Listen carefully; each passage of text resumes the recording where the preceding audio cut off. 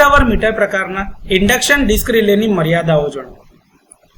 તો રોટેટિંગ ડિસ્કની ઊંચી જડતા એટલે કે હાઈ ઇનર્શિયાના કારણે ફોલ્ટ ઝડપથી ક્લિયર થયા પછી પણ રિલે ટ્રીપ થઈ શકે છે, એટલે કે રિલેને ઓપરેટ થવામાં વાર લાગી શકે છે અને ફોલ્ટ એની પહેલા ક્લિયર થઈ ગયો હોય એવું બની શકે છે. હવે તે ઇન્સ્ટ્રુમેન્ટ ટ્રાન્સફોર્મર્સ પર હાઈ વોલ્ટ એમ્પિયરના બર્ડન ક્રિએટ કરે છે અથવા તો મૂકે છે, જેના લીધે મોટા અને વધુ ખર્ચાળ કરંટ ટ્રાન્સફોર્મર્સની જરૂરિયાત રહે છે. હવે આ પ્રકારના રિલેનો રીસેટિંગ ટાઈમ ઘણો ધીમો છે, કારણ કે ડિસ્કને સ્પ્રિંગ ટેન્શન હેઠળ પોતાની ભૌતિક રીતે પોતાની પ્રારંભિક સ્થિતિમાં પાછું ફરવું પડે છે. બેરિંગ્સ અને પીવોટ મિકેનિઝમમાં ઘર્ષણ ખાસ કરીને ઓછા ટોર્ક લેવલ પર એરર ઉત્પન્ન કરી શકે છે. ઓપરેટિંગ કેરેક્ટરિસ્ટિક્સ સપ્લાય ફ્રીક્વન્સી અને આસપાસના તાપમાનના ફેરફાર પ્રત્યે વધુ સંવેદનશીલ હોય છે.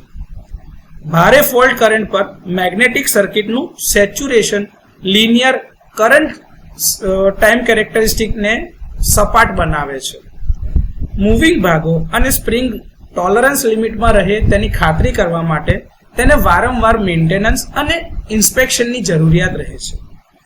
ઇલેક્ટ્રોમિકેનિકલ ડિઝાઇનમાં આધુનિક ન્યુમેરિકલ રિલેની ફોલ્ટ રેકોર્ડિંગ, સ્વનિદાન એટલે કે સેલ્ફ ઇન્સ્પેક્શન અને સંચાર સુવિધા એટલે કે કમ્યુનિકેશન સુવિધાઓનો અભાવ રહેલો છે.